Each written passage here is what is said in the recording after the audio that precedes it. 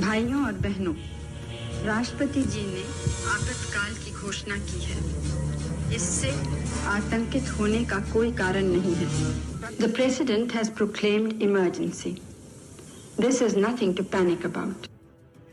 1971 के लोकसभा इलेक्शंस में इंदिरा गांधी ने पूर्ण बहुमत से अपनी सरकार बनाई और बन गई भारत की पहली महिला प्रधानमंत्री।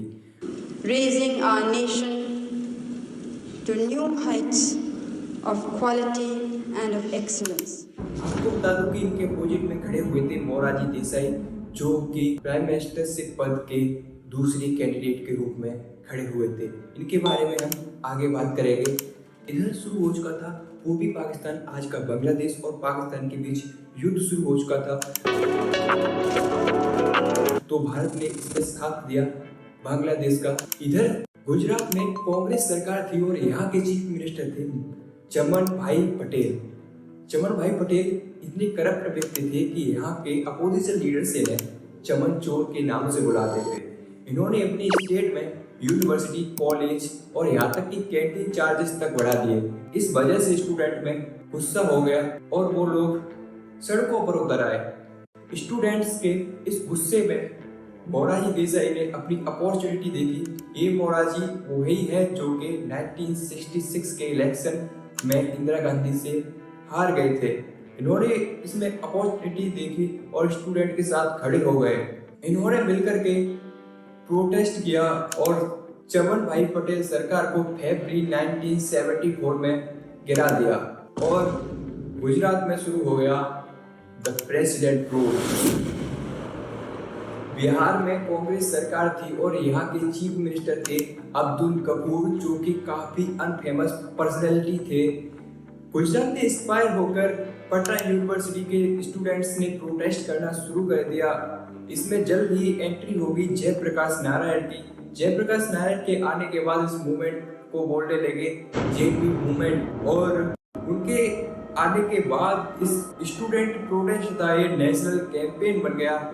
जून 1974 को उन्होंने एक नारा दिया कि टोटल रिवॉल्यूशन, जिसका सीधा सा मतलब था कि इंदिरा गांधी को हटाओ। ये मूवमेंट इमरजेंसी लगाने के पीछे काफी बड़ा रोल निभाता है, क्योंकि इस मूवमेंट की वजह से इंदिरा गांधी डर गई और उन्होंने इस मूवमेंट को फोर्सफुली दाबने की कोशिश की। पुलिस एक्शन लिया गया, लेकिन इससे मिली सिर्फ स्टूडेंट लीडर्स को सिंपैथी। इधर रेलवे की सबसे बड़ी स्ट्राइक शुरू हो गई थी, जिसको लीड करने वाले थे इंडियन रेलवे मेंस फेडरेशन के प्रेसिडेंट जॉर्ज फर्नांडिस। इसमें करीब 17 लाख वर्कर्स ने भाग लिया, जिसमें उनकी बेसिक डिमांड्स थी कि उनको 8 आवर्स की ड्यूटी करवा दी जाए और जो उनका बोनस है उसको बढ़ा दिया जाए। इस तरह से पूरे देश में जहां तहां अलग अलग जगह पर प्रोटेस्ट शुरू हो चुके थे कांग्रेस सरकार के खिलाफ। 1971 के इलेक्शन में इंदिरा गांधी ने उत्तर प्रदेश में 1 लाख से ज्यादा वोटों से जीत हासिल की, लेकिन इनके अपोजिशन में खड़े राज नारायण, वो इतने कॉन्फिडेंट थे अपनी जीत को लेकर के कि वो रिजल्ट आने से पहले ही उन्होंने अपना सेलिब्रेशन स्टार्ट कर दिया। इसके बाद जब रिजल्ट आए तो वो हार गए, लेकिन वो खुद में कॉन्फिडेंट थे, तो उन्होंने इलाहाबाद हाई कोर्ट में पिटीशन दायर की कि इंदिरा गांधी ने धांधली से उत्तर प्रदेश का चुनाव जीता है। 12 जून सन 1974 को इस केस का फैसला आया और इस केस में इंदिरा गांधी को 6 साल तक कोई न इलेक्शन लड़ने की इजाजत थी और न किसी राजनीतिक पद को संभालने की इजाजत दी गई। 12 जून सन 1974 को ही इंदिरा गांधी की सरकार गुजरात में इलेक्शन हार गई और गुजरात में 5 पार्टी की गठबंधन सरकार बनी, जो कि मोरारजी देसाई ने बनाई।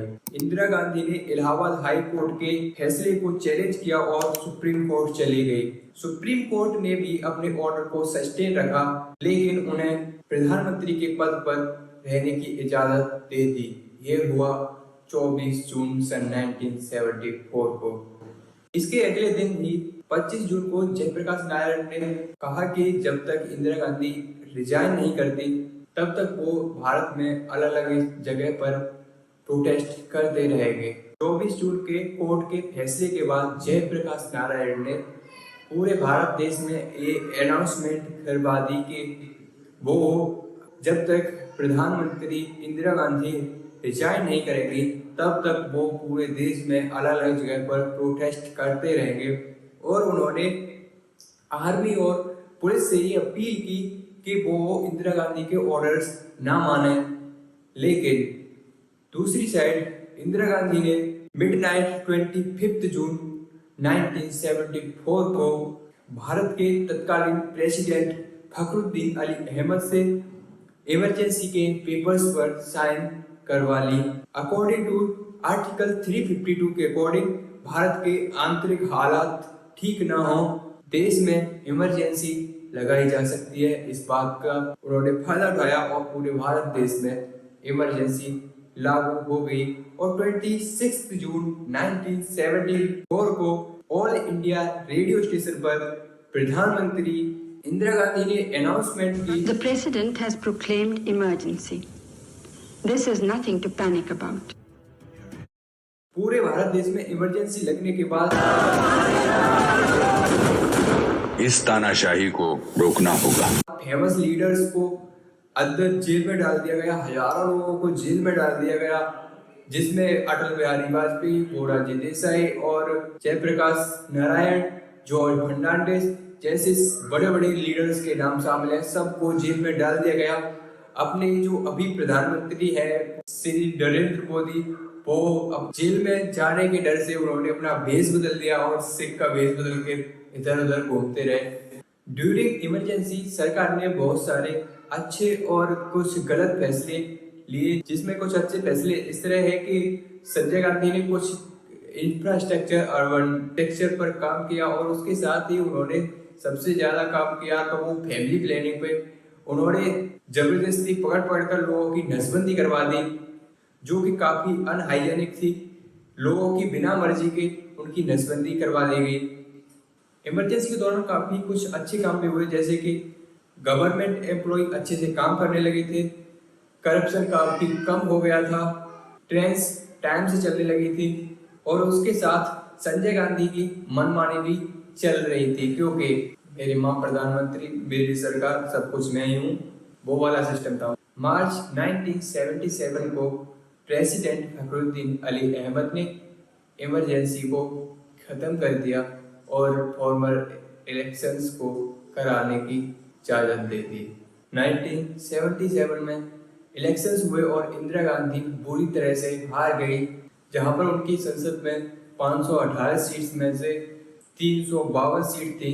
अब उनकी 518 सीट में से 143 पर पूरी कांग्रेस सरकार सिमट गई और अब 1977 में पहली गैर कांग्रेसी सरकार ने पार्लियामेंट में कदम रखा, जिसका नाम था भारतीय जनता पार्टी। उस टाइम इस पार्टी को जनता पार्टी के नाम से जाना जाता था और इसके पहले प्रधानमंत्री बने मोरारजी देसाई। ये थे कुछ इमरजेंसी के कारण जिसकी वजह से इमरजेंसी पूरे भारत देश में लागू हुई। नमस्कार एंड थैंक यू कि मेरी आपने वीडियो देखी, इसके लिए मैं आपका बहुत आभारी हूँ और मिलते रहेंगे हम अपनी अलग अलग वीडियोज में। तो थैंक यू सो मच कि आपने पूरी वीडियो देखी है। तो चलते हैं, फिर अगली बार आएंगे कुछ और नया लेकर के आपके लिए। तो आप हमें सब्सक्राइब कर लीजिएगा और बेल आइकन को भी दबा दीजिएगा। Thank you so much.